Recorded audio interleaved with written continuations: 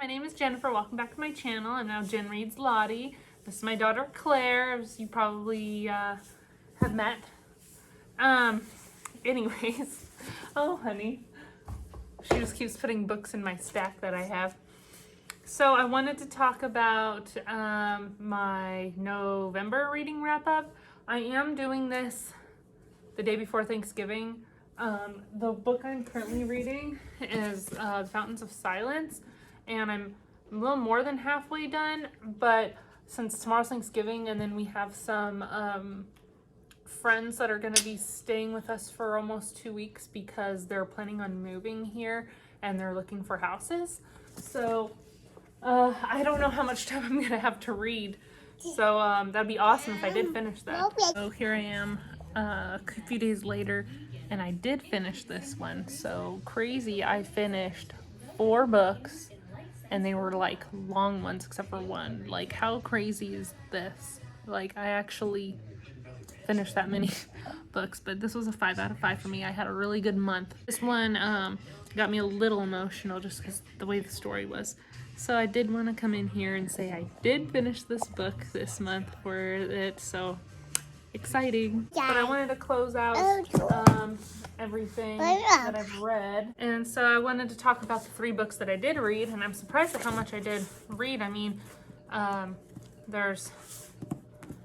have 3 books, then 2 of them are pretty big, like, you know, Jurassic Park, which was awesome. I did a whole reading vlog. I'll link that down below. This one's almost 500 pages. The Invisible Life of LaRue by V.E. Schwab. This one is close, around 450. And then this one was the smaller one, The Kind Worth Killing by Peter Swanson. This one wasn't that long. It was like 311 pages, but I'm really surprised how much I read because, look, this 4th book, I'm halfway through, almost at 300 pages. And, like, I'm amazed at how much I've read. So the first one I wanted to talk about was Jurassic Park's Michael Crichton's Jurassic Park. Huh. You chose this book for Mama. Yeah, right. And this one was so good. I gave it a 5 out of 5. And there's a lot of differences compared to the movie, and some character differences, and who survives and who dies, or different times. The biggest thing for me was how Hammond, how much of an asshole he was in this book compared to the movie. The movie, he's more likable, and you know what I mean? In this book, he's a big asshole, and I hated him out through this whole thing. To me, he was the enemy in this whole book compared to like any of the dinosaurs and scientists and stuff. To me, it was all him. But anyways, this was really entertaining ride. If you love the movie, you should read this book. The next one I read was The Invisible Life of LaRue by V.E. Schwab. I've never read any V.E. Schwab books. I've been wanting to read Vicious, the duology, which I heard is now going to be a trilogy. I was gonna wait to read those because sometimes I want to read authors' books like in order of publication sometimes. But this one's been on my mind because it's been advertised. They advertised the shit out of this book, and I just been thinking about it, and so I was just like, I need to get my hands on this. And I read it, and I gave it a 4.5 out of 5 because it was so good. I really enjoyed it. It just didn't have that impact on me of like crying or just the feels, but it does make you think about it. For a few days I was thinking about the ending. I still think about it today. It's like one of those, life fulfillment things.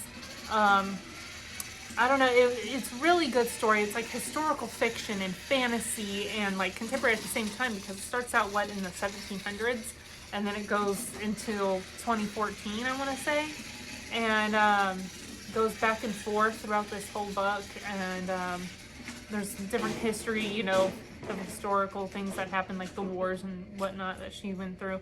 But anyways, it's about this girl, Addie. She doesn't want to follow the normal life structure that, especially in the 1700s, that they had for women, and for her to marry somebody, and who she didn't want to marry. She didn't have any feelings towards, and she didn't want to be stuck in this small town. And she wanted to go places, especially when she was younger. She used to go with her father into the town and just see all these different people. Anyways, on the day of her wedding, she decides that she doesn't want, she just can't do this. She can't live this life, and she went to go pray to these gods because she knew this lady in town who taught her how to there's different gods, and there's different ones to pray for, and if you pray to gods at sundown, then something bad, those are the bad ones, or more like demons, like the devil. And she didn't realize what she was doing because she was just running away, and she just prayed. She didn't want to live that life. She didn't realize that that it was going to be an evil demon, and so she ends up not exactly what she wanted, but this is what he gave her, where nobody's going to remember her. And so every day she goes through life with nobody remembering her at all, but at least she gets to travel. She's not stuck to the town, but it is heart-wrenching because none of her family members remember her. Yeah, right? Nobody, and the thing she has to go through to, have places to stay, food to eat, you know what I mean? It's really sad, but she kicks ass. But one day in 2014, it's like 300 years later, she goes and steals a book from this library, and the library guy, because normally when they turn their back and walk away, they don't remember her like that, and so he says, hey, you need to give that back, and she was just like, how the hell do you, he remembers her. It's like the weirdest thing. She never had that happen. So then it goes into this whole story. It still goes back and forth through the past, and it shows the relationship between her and that devil and stuff like that, and things he puts her through. The ending was great. It just wasn't like fulfilling. I was like wanting one of those fulfilling endings like The Nightingale. But it was still a great, if you're into any of those things, if this sounds intriguing, I really suggest reading it. The last one I read is The Kind Worth Killing by Peter Swanson. It's like a psychological thriller. It was awesome. I gave this a 5 out of 5. Just the whole ride and the twists, and there's like 3 parts, and how each part is just like different, and you get the perspective of all these different types of characters. I just my mind was blown. The ending was like one of those endings where it kind of was similar to, if you've read, what's it called? Return of the Key, in a way. I don't know how to I don't want to ruin anything, but it's like kind of similar aspect to it towards the end, but of course different. But it's about this man who meets this woman in an airport bar, and discussing just life and how his wife's cheating on him, and he wishes he can kill her, but jokingly, and she's like, oh, let's do it. Talk on the plane about this plan. Meet on the plane, or if you want to meet up and actually get this done, let's meet at this place. So they go to that place. They actually both meet up. They kind of try to leave no traces. They meet up somewhere where they're not supposed to, and they make up this plan of how to kill his wife, and it just takes this crazy train on this book. It's so much fun, and I read it so fast because it's just boom boom. I wanted to see what happened, especially after each twist that was going on. And then right now I'm reading, like I said, The Fountains of Silence, and this book I'm buddy reading with my mom. And she's telling me to slow down, but I'm trying to read as much as I can before we have company over. But yeah, this book is actually really surprising. It's more of it's a historical fiction, but it's more of a young adult in a way. But it's really interesting, and it goes through these different people's perspectives.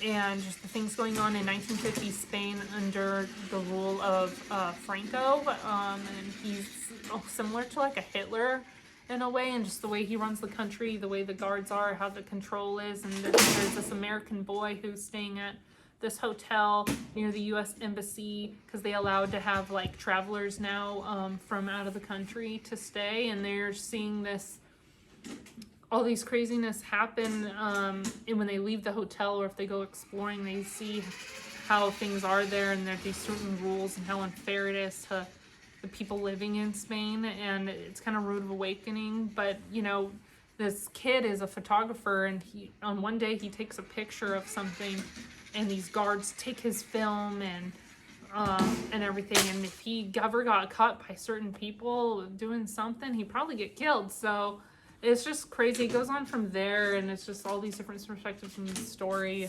I'm really enjoying it, so I'm not sure if I'm gonna finish this one this month or not, so I just wanted to mention it. But yeah, thank you for watching. I hope you enjoyed this video and these 3 books.